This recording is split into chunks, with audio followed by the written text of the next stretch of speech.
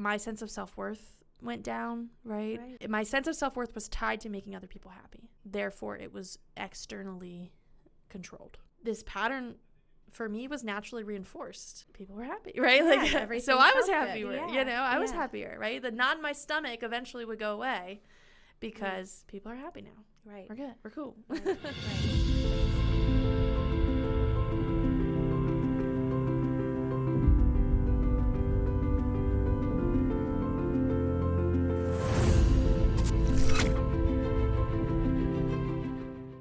So welcome to episode 6 of the Hive Mind. My name's Angela. I am the student, the traumatized. And today we get to interview Katie in her attachment styles growing up. Katie, being the founder, hasn't ever really gotten to sit behind the passenger seat of this train. What? I love it. Okay, So Katie's going to talk to us a little bit more about the science behind the 4 S's, why they're so important to secure attachment, tips on how we can practice this and recognize this. We also talk about repair and how that is really a force of nature in every relationship. Once you realize how that repair can help save you, it's going to be a pretty powerful episode. So buckle up, Buttercup.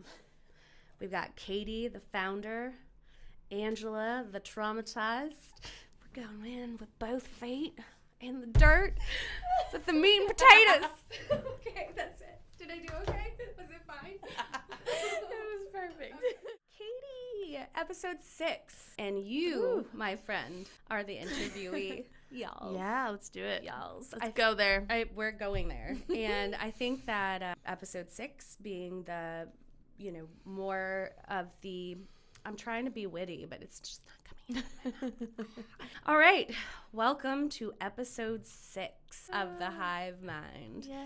Yeah. I feel like we should be practically professionals. I feel like we are. I mean, when there's no special guest, we are pros. We got this. Yes. That third camera, we'll figure it out. If you have tips. Yeah, please leave us tips in the comments.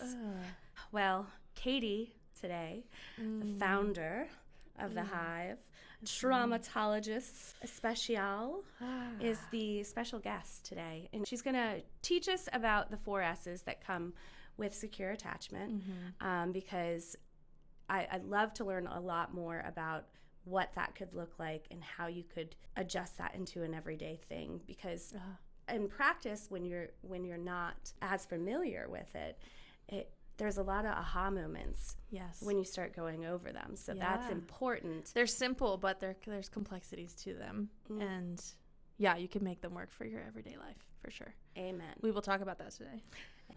And so we're going to have Katie teach us first a little bit more about what the nitty-gritties of all of that means. And then I'm going to interview her, which I'm really bad at reading off of paper, but I'm going to try it. So let's do it. It's going to be great. Yeah, so we talked last week. I interviewed Angela last week, and we talked about secure and insecure attachment. And we've been there for the last, I guess this will be the 3rd episode that we've been talking attachment. This is the meat and potatoes. Meat and potatoes. Yes. This is, I think, attachment science is really the core of our coaching model and the awareness that we want people to have. And so that's why we're spending so much time here. We talked last week about secure attachment and that the 4 S's, right? Safe, seen, soothed, and secure are the 4 S's of showing up, right? Which is the foundation of secure attachment. I've said on here my little guy's 3, right? And the reality is, until they're 7, their prefrontal cortex is not even a thing. Yeah, no. At 7, it's just starting to be developed, right? So it's not like 7 in there. No. Pure. 25, more like, and the prefrontal cortex is developed. But 7 to 25 is the development process. So my little guy's running around the world, right? All emotion, the amygdala. All, just completely exposed. His lid is flipped 100% of the time. Love that word. So we talked last week. I said neurons that fire together wire together, right? And so where our attention goes, neural firing flows and neural connection grows. Ooh. Wow. You're a That sounded poet. nice. Yes. Now turn it into a song. I'll give you a beat. Wait. I'll say it again. Where our attention goes, neural firing flows and neural connection grows, right? So we think about my little guy who's 3, no prefrontal cortex, no logic and reasoning, complete emotion driven. He's looking at me, right? He's looking at me. That's where his attention goes. His attention immediately is to mom. If it's not to like pure chaos, right? Mm-hmm. If it's not to the distractions that is, right, the rest of the world. Yes. And so when I, as a parent, show up in a way, when I've done my work, when I have my own narrative, right, in a way that's person-centered and that is my narrative, I then develop the ability to show up for myself and others, right? The 4 S's, right? Safe, seen, soothed, and secure. Secure attachment, right? Yeah. Then comes from that. And then I have a child that has an opportunity for optimal development. That's beautiful. Right? Seems so simple. Yeah, it really does. It really does. So reliable behavior and connection from a parent frees a child to learn and develop without having to use attention or energy to survive, right? And to stay hypervigilant. That's awesome. Which we talked about your story last week, right? Yeah, that was touchy. Yeah. And can you can see, obviously you can see, but well, you see listening, right? Yeah. How Angela was in survival. Right. And there are certain things that you brought up just in that episode that I had never even thought about. And we've talked about things a million times. Sure. This is why I'm saying, like, you could take this or you could learn from these things a million times and you'll still have aha moments. Absolutely. And I say all of this and it all loops around to that fun little poem I said earlier, right? Our relational connections shape our neural connections. So my 3-year-old who doesn't have that prefrontal cortex, we've said it in every episode, 95% subconscious. It's your patterns and habits. My little guy's patterns and habits are based on the relational connections in his life. That's where his neural connections are forming at that age, right? And that's so foundational.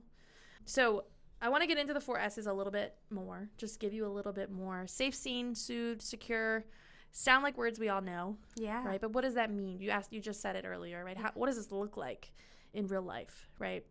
So for safety, we'll start there. Kids learn that when mistakes happen or when harsh words are said, that we still love each other, right? That's the kind of safety we're looking for. Yeah. Right? We still love each other and we want to make things right? We want to get back. We can bounce back from that. This is the consistent message of safety. That is it, right?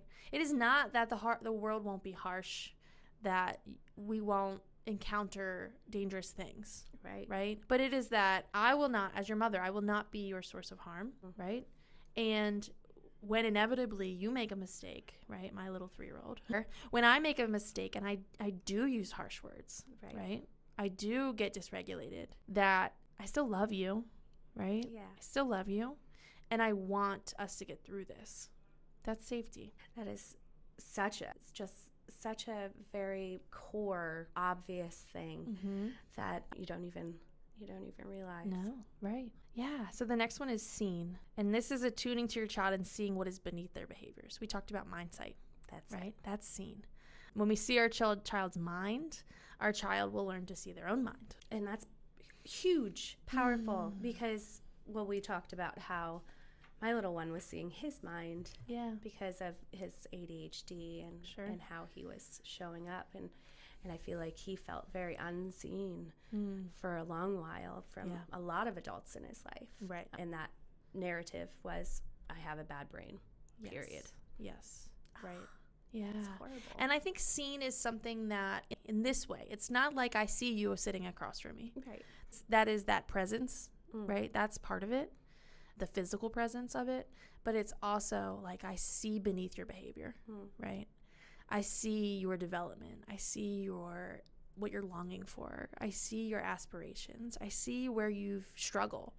I know what has harmed you or hurt you, and I see you for all of those things, right? Not just what I can physically see on the surface. So that's seen. And then the next one is soothed.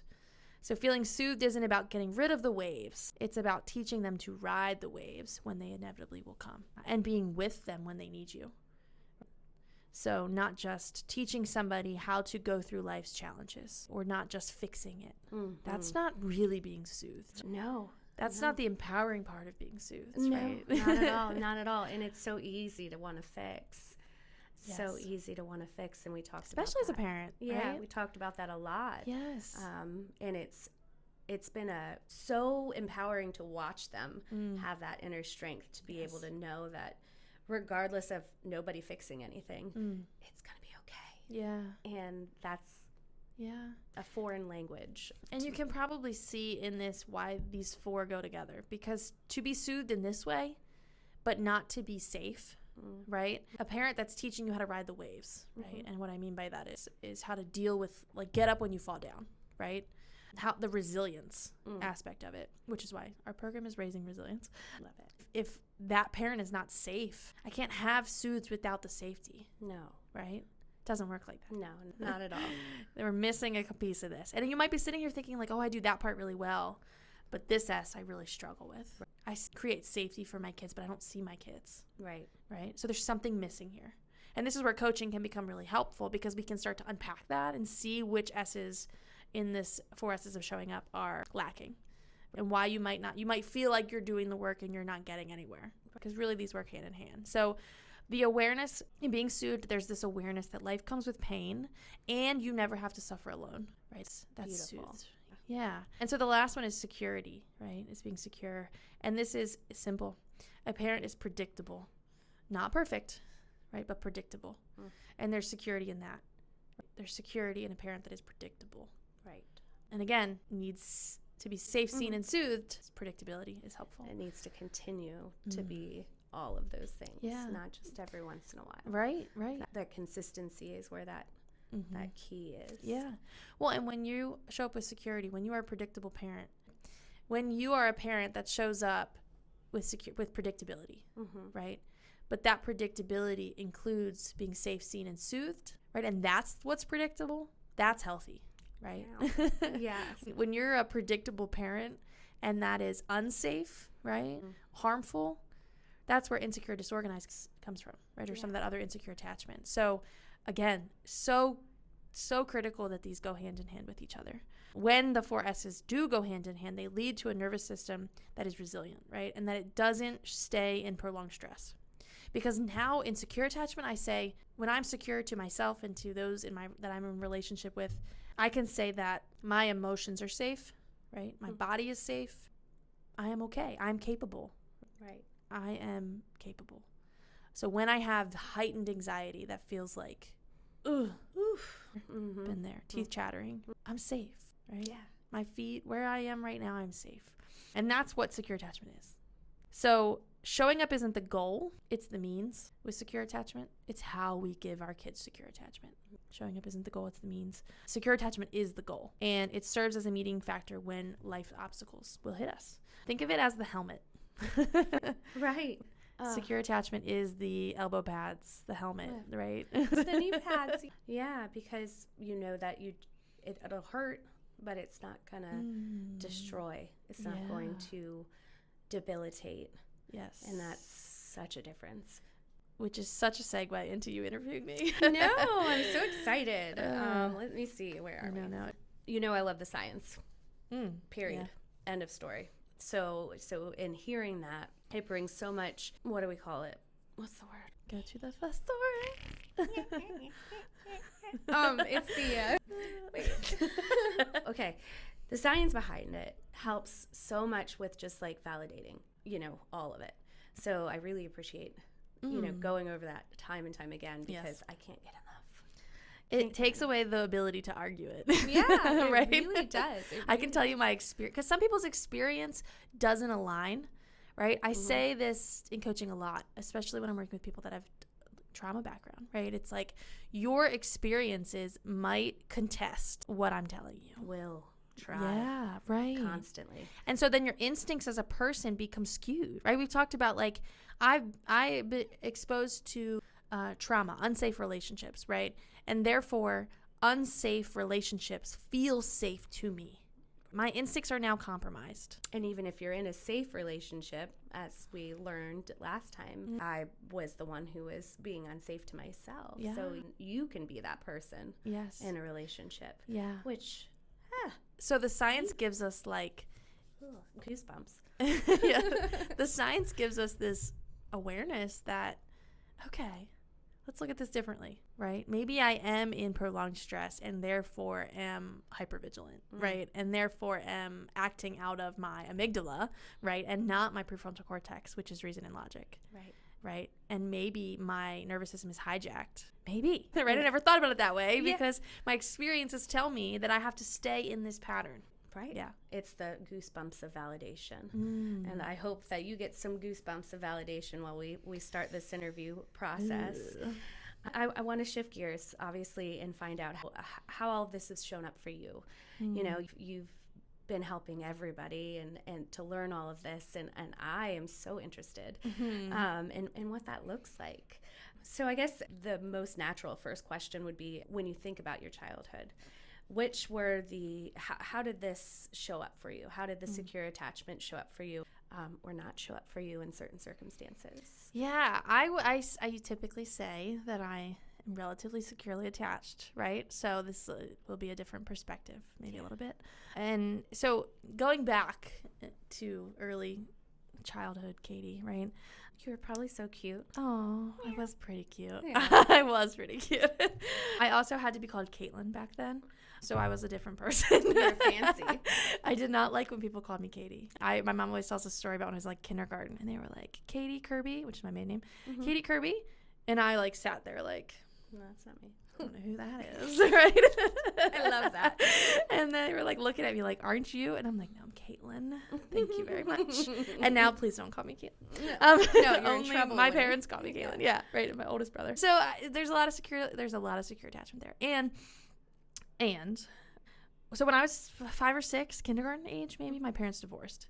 And even though, which I bring up because when we do adverse childhood experiences, right? Which is a trauma assessment, a childhood trauma assessment, and parental separation is on there. Because it is. Right. Yes. So I bring that up because that's an experience that I had, right? And it does contribute to a lot of what I'll talk about today. But even though my parents divorced when I was really young, I don't remember a life where my parents were together, for one. But, or I should say, despite the fact that my parents were separate and I lived in 2 separate households every other week for my entire childhood, really, despite the fact that my world felt like it was on fire at times, right? Or that there was chaos, right, in some of that, I still felt very securely attached to both my mom and my dad. That's perfect. So growing up, very few, just to kind of describe it a little bit, a very good relationship with both of my parents. I played basketball for 10 years, AAU, travel, like all the things. So I spent every weekend of like 4th grade until through high school on a basketball court. And so that is where a lot of my memories come from, would be my parents showing up for those things, and like, you know, long drives to Hershey for tournaments, or to, you know, Florida for tournaments, and different places. And my relationship with both of my parents was, you know, there weren't really many secrets. Certainly as I got into high school, right, there were some things that I would tell my mom, that not my dad, right? Certainly there were those kind of normal things, but generally very open dialogue. The dinner table was a place where we talked about hard things. We talked about controversial things, right? We talked about gross things, right? Yeah. The dinner table was a place for this. And I can remember as a kid, my friends coming over to have these conversations in my house. Like, it was just it was just how it was. My parents were those parents for a lot of people, which was cool. I'm the youngest, all boys. Mom always loved that. Like, the night before Thanksgiving is a holiday in my family. It's when everybody else's kids come to my house. I love that. And my mom makes like 14 pans of lasagna and feeds everybody that's in the neighborhood, you know, like everybody that's anybody. And that's just how I grew up, you know, cute. Like my mom then fostered, right? We fostered when I got older. So we were kind of like this house that people came to when they needed nourishment. Yeah. Soul nourishment. And yeah, which is cool. It was very cool. What a great example. Yeah. So I had this really solid foundation that was built really early. And I think a lot of that is why I am who I am, obviously. I will say that there was this generally in my life. I was trying to think back as I was thinking about these questions that you're going to ask me. I would say maybe about high school time frame. Yeah. Something shifted within me, which I think is very normal because of my development, right? Just normal humans' development at that age. I started feeling like some animosity came into the world, right? In the fact that I had 2 different households, right? There was different opinions and different, methods of parenting. Yes.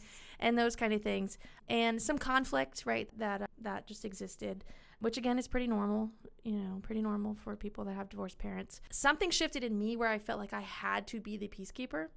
It felt like I kind of, now looking back, feel like I lived two different worlds at some points in time. Things that I would say to one parent to protect the other, right? Or vice versa. And I didn't realize at the time, obviously, what that was kind of doing to me. But hindsight, realized that played a big role in some of my early adulthood challenges, I guess.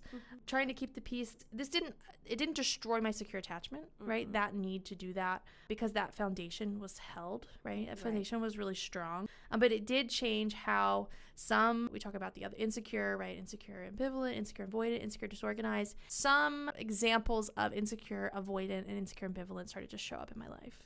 And I think that, again, this is normal, right? Like, my parents weren't perfect, right? They were great, but they weren't perfect. And so when I became into high school, when I started to feel like this peacekeeper, I have a hard time knowing whether I created that anxiety for myself, right? Nobody said, Katie, you have to, right?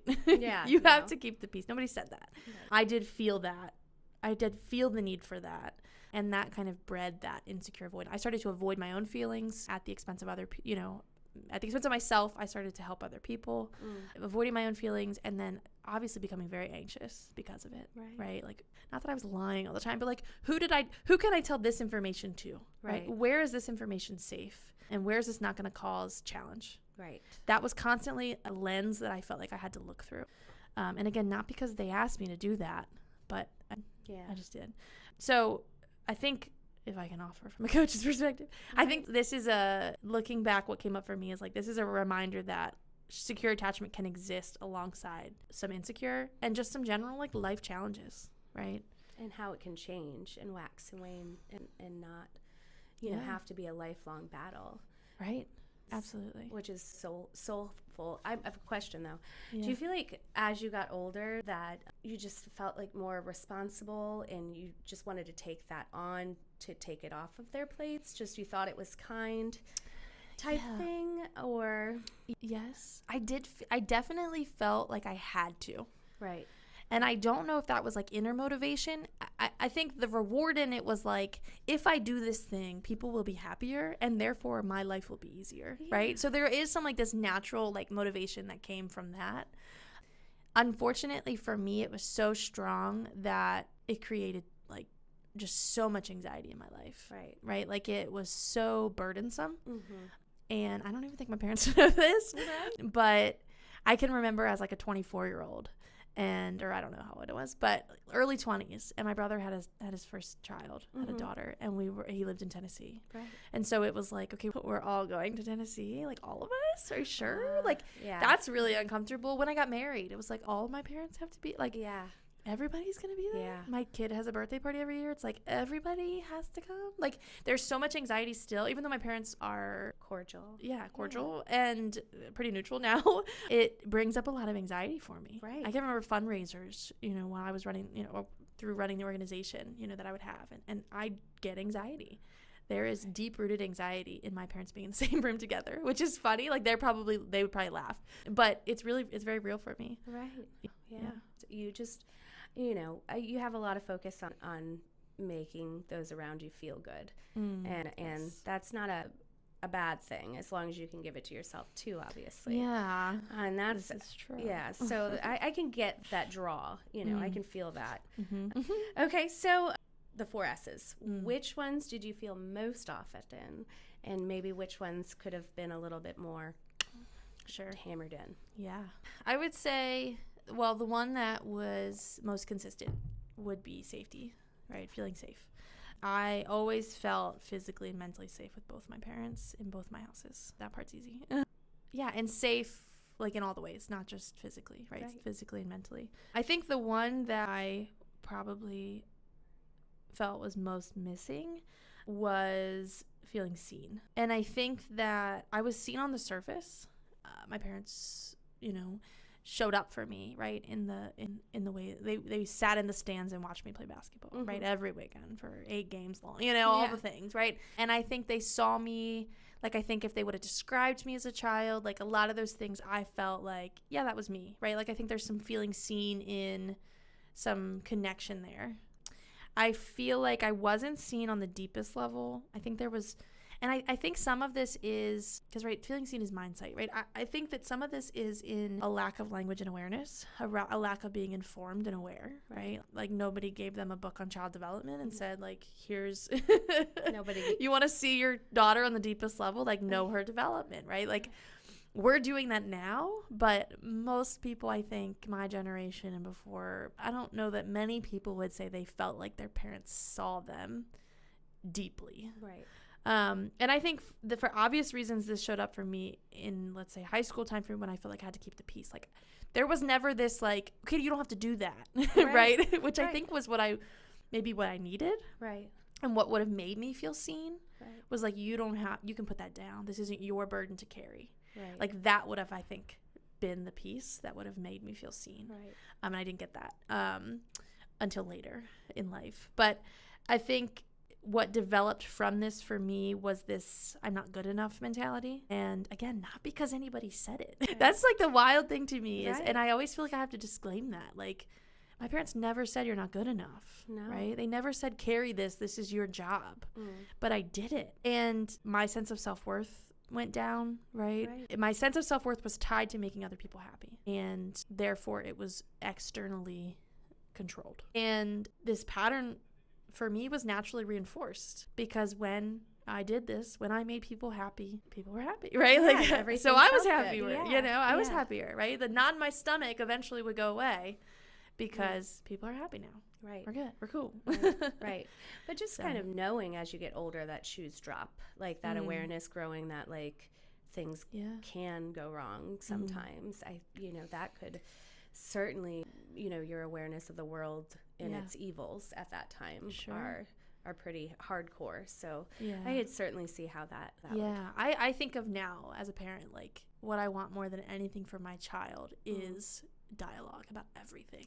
Like just dialogue about everything, because I think that had we talked about more things, which again, don't fault my parents. I think that they did the best with what they could and what they had. But I think that this awareness that somebody in this position, a child whose parents are separated and who there might be some, tumultuousness, right, in those relationships. Like just that alone, just that awareness of like, she's probably going through something, right? Like that trauma-informedness, right? That's like, I don't know what your experience is, but I imagine because of this, you're probably feeling something. Like, open the door. Right. And so when I think about my own parenting, like I want nothing more than my child to know that the door is always open. But I have to open it. Yes. Right? I'm sure the door was open with my parents, but I didn't know that. Right. Right. Until to get later. that invite to say like that welcome mat is out. Yes. Versus like not, Right. It's a systematic way that people were trained to parent over the years, and how cool it is that it's starting to be talked about, and that our kids in that sense will have an easier time recognizing and maintaining secure relationships. Absolutely. And that's the goal. Yes. Because that works for work, that works for intimate relationships, friendships, that works pen pals, like you name it. Like it is anything. the relationship goal. to self, right? Yeah, it's lovely. Self is important, the most important. Yeah, we always have to plug that in. Yes. Well, within those early experiences, it must have, influenced in the way that you coach or the way you teach. How did that all connect together as you got? Yeah. So I started this work, I said, I think episode 1, very young, right? I was 19. It's beautiful. 10 years ago. It's gorgeous. Right? That's a lovely thing to say. That's beautiful. So I have grown up in this work. I also have grown up in this work, right? Like I've grown up in the work and I've grown up alongside the work, right? So my life has gone on and evolved as I've run this organization and been doing this work. And I think what stands out to me as I transition from making everybody happy in my household in high school, right? To now I'm leaving off for college. I started this organization while I was in college, right? How this ended up shaping me as a young adult, which then obviously shaped my organization, was I became very addicted to productivity, work, volunteering. Like from the day I walked into college, it was like full schedules, right? Yeah. Like no downtime. Like give me all of it. Yeah. And it was because there's achievement in that, and if there's achievement, then people will be happy. Right? I mean, really, like now that I look back on it, really, I became very addicted to my calendar being full, which then when I graduated college I became very addicted to work. Work for me was so much easier than relationships, so much easier. And doing all these great things, running this organization, which was now I look back and realize was part of my downfall. But doing all these great things as an organization and running full speed ahead in that and getting claps along the sidelines, like that fulfilled me, even though I still never felt like I was enough. The like blips of achievement, right? And the moments that felt like those checkpoints of like, this is a good thing, people are happy, right? Okay, here's another good thing, that people are happy, right? I like craved that, until like not that long ago. Rightfully so too. Not that long ago. Rightfully so. Yeah, so early on my personal relationships kind of faded. I kind of really I didn't prioritize them. I didn't focus on them. Work was where I excelled. So I did that. And, certainly I could go down the path of what that did for the organization. I won't do that. But it impacted the way that I ran the organization, right? Because I'm chasing a high, which is achievement and people being happy. Other people's happiness. Other people, right? Yeah. My internal motivation was very skewed. And in personal relationships, right, I've been with my husband since I was 17. So he's been there since I was at home, making my parents happy to, work, diving in full speed ahead and not focusing on relationships. Mind you, I'm in a serious relationship. So that suffered, right? Like there was a lot of challenge in that. And yeah, I just think it's worth noting. I still have a hard time opening up about my feelings because again, everything is about external. Everything is other people. Like I can't drive that home enough. Like that is, and I sit here and think, obviously that's why I run the organization that I do. Like, exactly. Obviously. There are good bits about it. Yeah, right. It was a level of empathy that led me to ultimately, so the empathy that, we'll call that empathy, right? Yeah. But it was empathy without boundaries, right? It was like empathy at all costs. I feel that. It's relatable for me. Yeah. And so it started. And my early adulthood, like up until a year and a half ago. And that's so you talk about how fast I've turned some things around. Don't overlook how fast that is. You're right. That's pretty amazing. And the way you're able to model it so perfectly at this point to help other people see that within themselves. Yeah. It's the coaching program changed my life for real. Yeah. Like, because in order to be a coach with the Giant Institute for Parenting, which is where I'm certified, one of the certifications I have, that particular program, I had to go through the coaching, right? So I did 12 weeks with a coach and then 12 weeks of coaching as a coach, right? So, but being in that program really changed my life, and it allowed me to get really vulnerable. I'm also 4 years of therapy, right? Yeah. Don't want to nix that. Yeah. But I would say 28. I mean, I'm 29 years old, right? So 28, I started talking more openly. Through doing this coaching, it gave me this awareness, right? And this lens and this language that then I started talking to my parents about it, right? And my brother and I always like joke, because my brother's raising kids, I'm raising kids, and we talk all that. He'll send me like memes on Instagram, like, oh, could you imagine if this, this is the way we were parented, right? Or like old school, old style stuff. And then we'll send it to my parents and be like, ha ha ha, like, this was terrible. Like, but like because I do this coaching, there's this language that we have. It's like, it's like in the family group chat, right? It's like now we talk about this in a way that gives language to something that we didn't have before, and it's healing. It's so good. Right? I've been doing that with my family too. So I see that, and it's in that challenge of connecting everyone in that way has almost become like an addiction in a way. But also making sure that you're saving some for 15 or 14-year-old Katie who still feels like she has to make everyone happy. Yes. Therapy has helped me crack open the doors of that.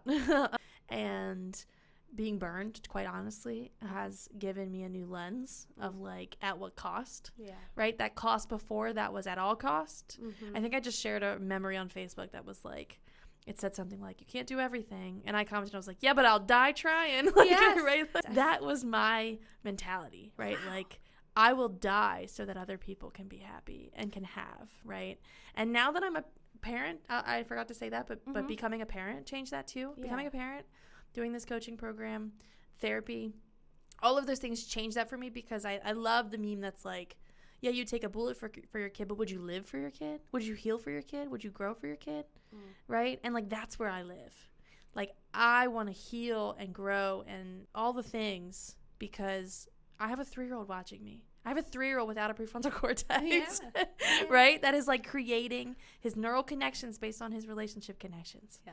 Right? Like, the bar is high. Yeah. For me. I think you're doing great. Yeah. Because he is. Thank you. He's wonderful. He is so good. And he's a so force of nature. Like, yes. And there was no social anxiety, I noticed. That piece that I had growing up. Too. Huge. Oh, me too. Yes. Hiding behind my mom. Oh, yeah. It's gone. You've created this like little munchkin of joy and exuberance and he's wonderful.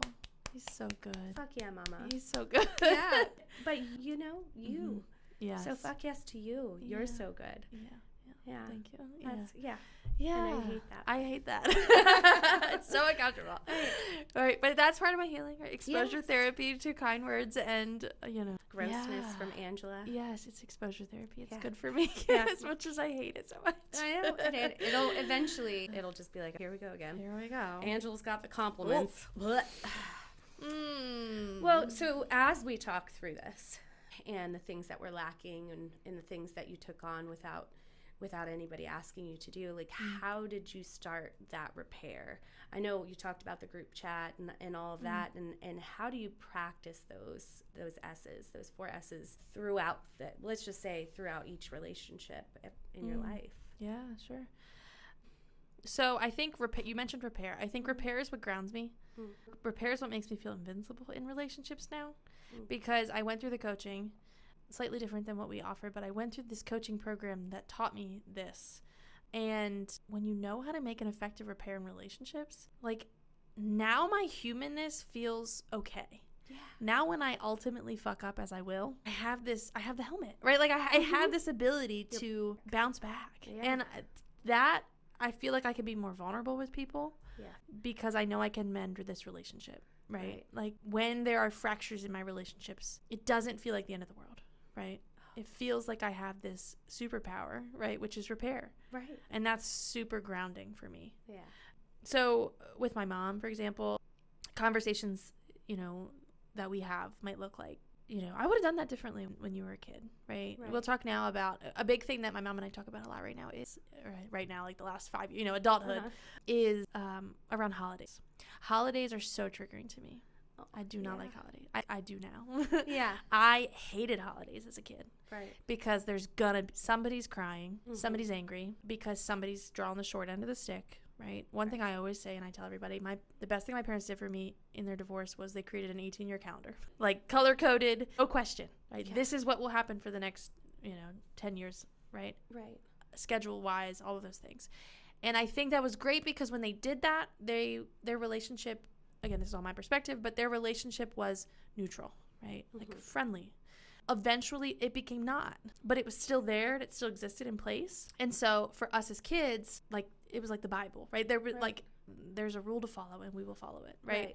And then eventually, right, when they came back to more neutral, like, again, but it was consistent. It was the thing that was consistent, which was the schedule for us. And so, when it comes to holidays, like, despite the fact that everybody knew where we were going to be on holidays, like, it wasn't my choice. It was whatever the spreadsheet said. Somebody was still upset because we weren't there, or, they got less time or whatever. Like, and so me as a peacekeeper I never enjoyed a holiday, because I always felt like I have to go rush and wipe the tears of that person, right? Or I have to rush and make sure somebody's not angry, right? That we were a few minutes late, or I got to eat 14 Thanksgiving dinners, because you got to eat everywhere, because somebody's going to be unhappy if you get there and your belly's full. right? Yeah. Like this was what again, nobody asked me to do this. No, you're just feeling it. But I felt it so deeply and uncomfortably so. And so now as an adult, I have this little guy. My husband and I talk all the time. Holidays are really important. We want our little guy to be able to enjoy them, right? And so, but every time a holiday comes, because now I have his family, right? And every time a holiday comes around, I'm like, can I just not be there? Like, I'll stay home. You guys do whatever you want. Right. Like, that feels easier to me than making a choice. And so my mom, and I'll have these conversations now, and she's like, Katie, I don't care. Do whatever. And I'm like, no, but are you sure?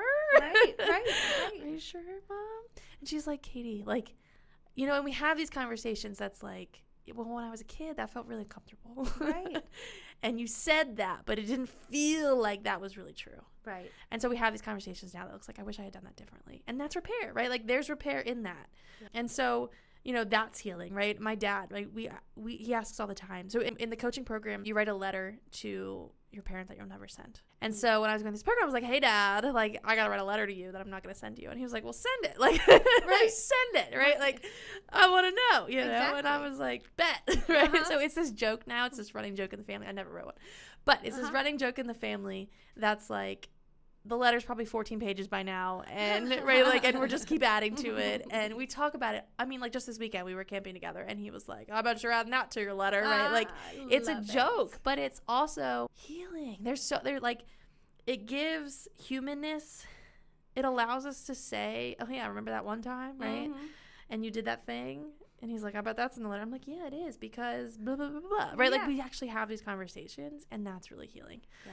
We educate each other a little bit on, he'll ask me things about, like, why do you do that with Tucker? Well, let me tell you. Like, I'd love to tell you about. Yeah. Right. And it opens their eyes. And I hope there's no, like, in meeting some of your family, I feel like they'd probably be able to not have too much shame attached to that, because it's very apparent that they did the best they could. Yes. So that's the real kicker there.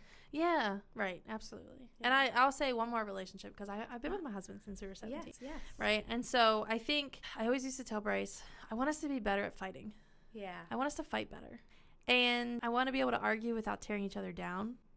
I want to walk away feeling heard.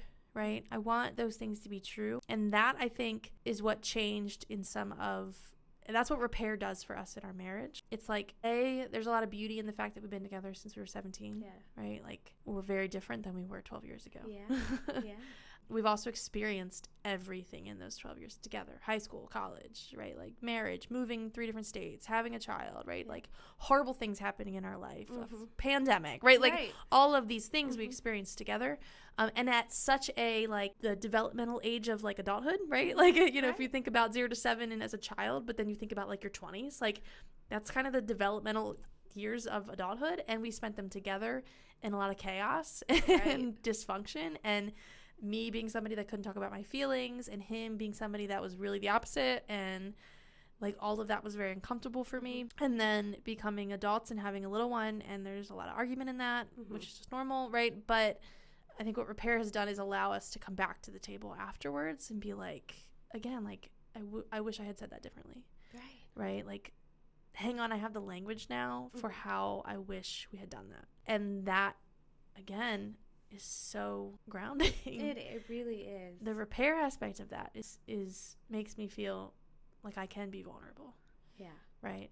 Which is obviously like where I struggle the most. Right. So that, I think that's why I always say, like, I feel so grounded by the fact that I can repair, and that's enough. So, and then with my son, I'm very proud to say, like, he's very securely attached. Yeah. And I still mess up, okay? Like, I say in every coaching group, like, I coach on this. Yeah.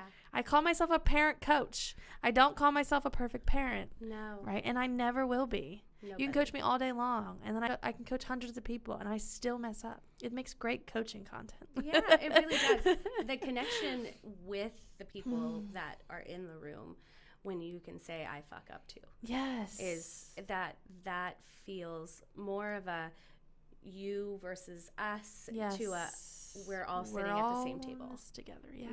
Yeah, and I think too, I mess up. Yeah. My parents messed up. I mess up. I will continue to mess up. You can give me all the language in the world, and I'm going to try to get it right. But I'm a human. Yeah. I'm a human being. And so when I coach, I I mean, I try to coach in the way that's very vulnerable. Like, I try to be very open. I think every single person I've ever coached knows my son. Like, Yeah. they say in the jail all the time, like, can you bring him next time? Like, can you bring him in? I know. And he loved to do that. He asked me all the time, why can't I? You know, I tell him all the time, like, the ladies, all, you know, they know so much about you and they'd love to meet you. And he's like, well, I'll come. You know, it would be very cool if I could do that. But yeah, I think that vulnerability and me being able to go through, because sometimes I show up to the table and I'm like, okay, I'm pretty securely attached. Like, how am I going to connect with people? And I'm a human. Like, that's how, you know, like I also have experiences that had blips of insecurity, right? Mm-hmm. And also we can connect on a million other levels, of course, right? But also I'm a parent that doesn't get it right all the time. Right. Well, and that's empowering in itself, knowing that you had those values instilled at a very young age, but you still struggled. Right. For people who have struggled, they're like, okay, like everybody goes through this. Yes. And that is, again, with the validation goosebumps. They're happening. Yeah. Yes. Love it.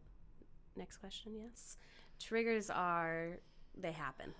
The unhealed parts of you. Yep. They are the unhealed parts. They are. So do you notice where those triggers start and that old attachment, one of those old attachment styles kind of creep their little stinky do I selves. right. And then how does the awareness of the 4 S's in all of this, how does that help you through each of those moments? It's really funny that you bring this question up because I was just in therapy yesterday talking about this. A huge trigger of mine is a feeling. I've never said this except to my therapist. A huge trigger of mine is that relationships are transactional. And I can say that so clearly because I've done a lot of therapy around it just yesterday.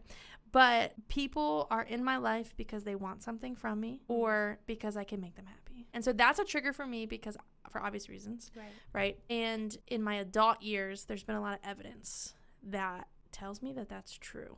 Right? So you've got this kiddo that felt like they had to keep the peace and make everybody happy. This young adult that's just like addicted, literally, like genuinely addicted to work and getting achievement from other people's satisfaction with me. And then relationships in my 20s that looked like when I stopped being able to give something, those people left. Right.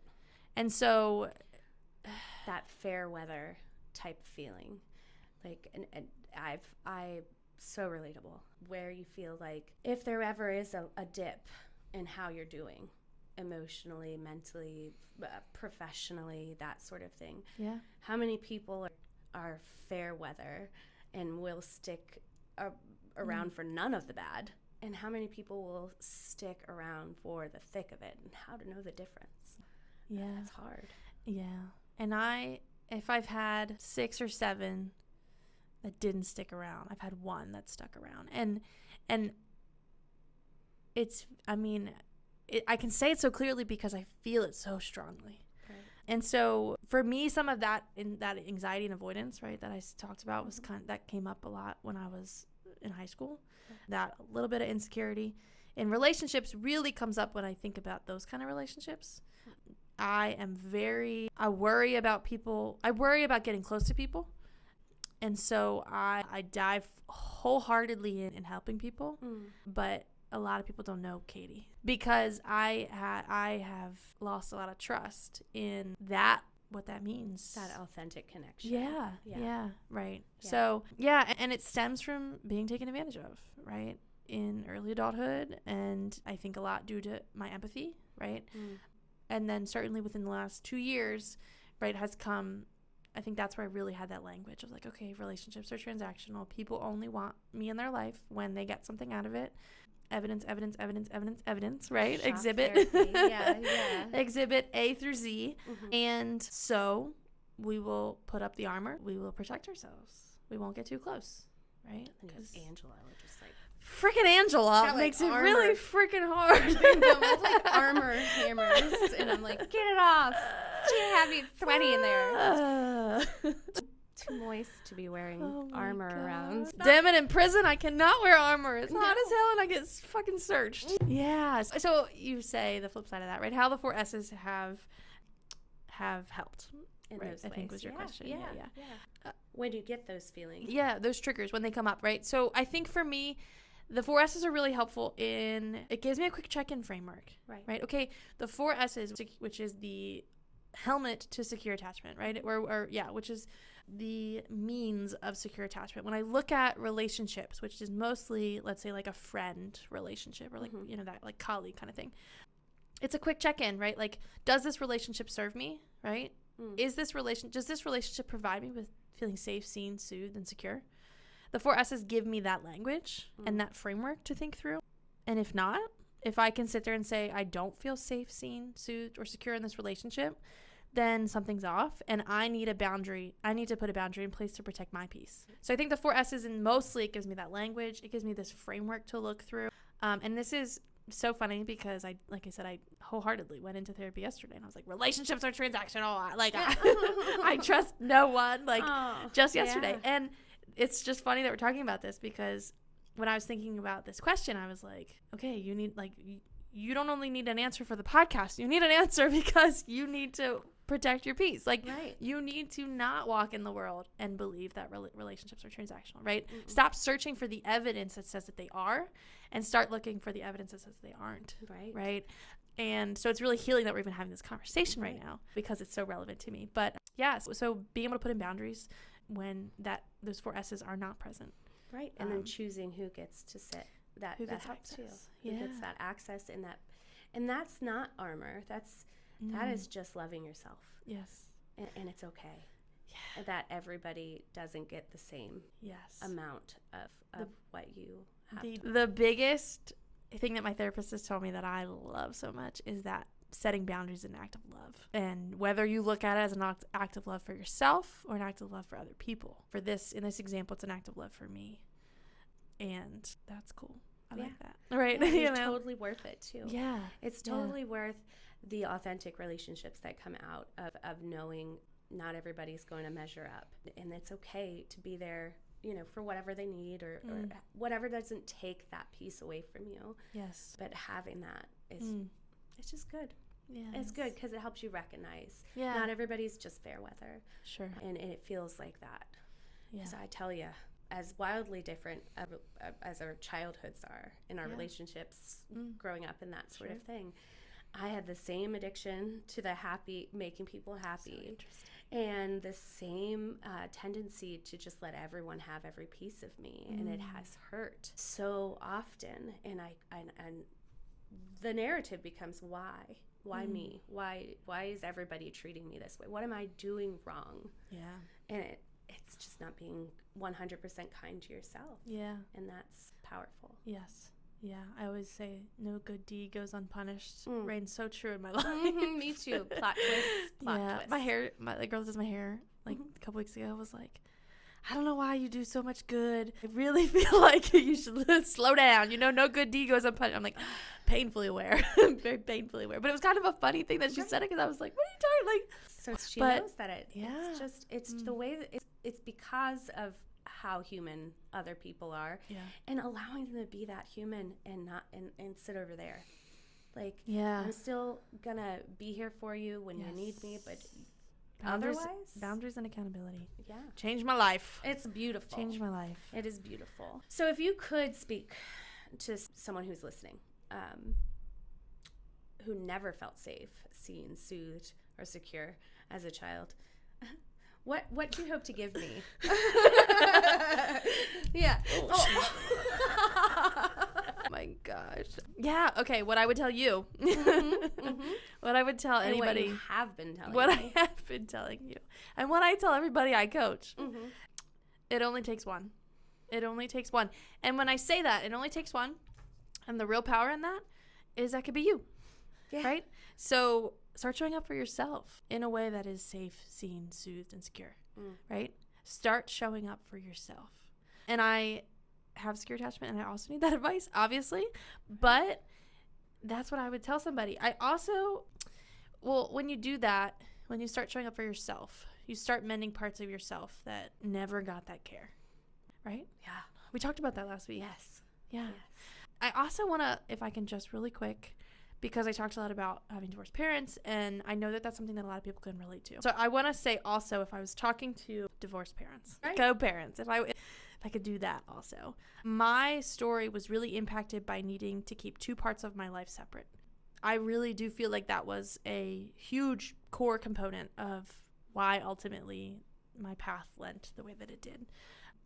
And I think for the right reason. Right now, like, there's divorce is perfectly, not telling people not to do that. But I would just say to consider how you're showing up for your child and acknowledging that they might need to feel seen deeper because you might only be getting half of the picture, right?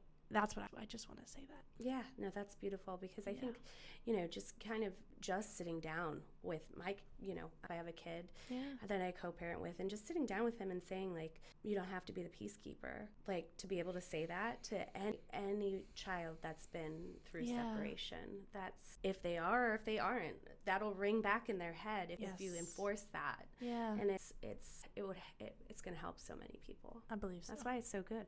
I know. It's the coaching program. Sign up. And so I want to say that again, that repair. And that is the difference between feeling useless, hopeless, why me, it's just the difference. Absolutely. Thank you for allowing me to interview you. Yeah. That was weird. That was good. We were going to do that. Yeah, no, I think it's good. I think it's great. It's great, and it's cathartic to know everybody. Yes. Everybody. And it's okay. Yep, it's okay. It does not discriminate, and you can have I don't think anybody has perfectly secure attachment. At least not in this generation. And I just find grounding in that. I don't know. Well, I think our parents grew up to where everything was behind closed doors. Right. Don't show them the fighting. Don't show them the PDA. Don't don't show any of this. Yes. And that's because that was modeled for them and what was modeled for them. And right. So even if they're doing everything else right. Yes. Yeah. It's just, it is what it is. We're human beings. Look at us being all human and shit. I know. Wow. Messes us up sometimes. It does. But, that repair. There it goes again. I'm going to get a tattoo. It's comforting in every language. Yeah, right down the back of repair in every different language. So what I'm going to... Yeah, so like, the people's elbow of repair. God. I like wrestling. It's fun. Am I supposed to talk more? I think you're supposed to. Sorry. It's okay. For those listening, what is one thing you'd like to invite people to think about? Sure. What I would want you to think about, which of those 4 S's comes really naturally to you? Put it in the comments. Let us know. Seriously. No, we want to talk to you. It's the connection is so good. Yes. And maybe which of the 4 S's you guys are feeling like you're lacking, what you crave, what you need most after learning about all of this. Yeah. And if one more, right? Think about what's one small way that you could practice showing up, being safe, seen, soothed, secure, right? For somebody else or yourself. Let's do it together. How can you challenge yourself? What's one small way you can practice that in the next coming weeks for yourself? Yeah. I'm going to focus on feeling seen, offering myself mindsight. And of course you feel the way that you do. Yeah. And then using that framework as that boundary setting. So I'm going to use that in my relationship. So for myself, I'm going to try and show up more seen. Yeah. Think about my experiences and how they lend to why I show up the way that I do. I'm also going to practice using that framework to set boundaries with people so that I can hopefully show up in relationships and be more vulnerable. I don't think that's small, but that's beautiful. Do that. That's a bit, that's baby steps. There's a bite-sized piece where you could say, this is where I'm starting. Yes. And it will roll into much bigger things. Yeah. What about you? For me, soothed. That was a big thing that I never did for myself. And so soothing myself is something that I've planned on practicing. Just that letting yourself ride the wave. Yeah, right? Just soothing myself through the waves in any way in which I need to. So if it's meditating in my backyard crying, if it's doing a moon dance with my daughter at 10 p.m., if it's digging up gold in my I'm going to soothe myself and not feel shame in it. It's been a huge thing. Do that. It's small, but it's big. That. It turns big. I know. That's what it feels like. Small this things, work, I always say, like, it's simple, but it's a big deal. Snowballs pretty quickly. The ripple effect. It's good. Yeah. So thank you for letting me be on the receiving end of this. I, as the coach, don't often ever get to do that since my early training and having to go through the program. So that was really cool to do. Very healing. So this was cool. Yeah. Just like you said, right? Like very healing having this conversation. It really is. Yeah. So it really is. Every time you got the validation chills yet? Yeah. Throw it in my mouth a little bit. No. I love it. All right. Well, that's episode 6. So next week. Yeah. Next week, we're going to talk about the vagus nerve. This is something This is cool. Yes. This is my favorite thing to coach on. And it will relate to a lot of the somatic symptoms that we talked about. Absolutely. Your nervous system. You asked me last time if I had ever asked my doctor. I did, and they were like, nah. But, even with the challenges of human medicine, there are tools. If you want to feel safe, seen, soothed, and secure, we're going to do that next week by teaching you about your nervous system. And how it plays such a huge part. Yes. Good. So let's do that. Science. All right. Give me it. Yay. Okay, love you. Bye. Oh, wait, hold on. Oh, here we go. I'm going down this time. Why is this so Because, God, it's this way. Look how good we're doing. Okay, perfect. I always love it. Yay. Amen. I love you. Goodbye. Bye.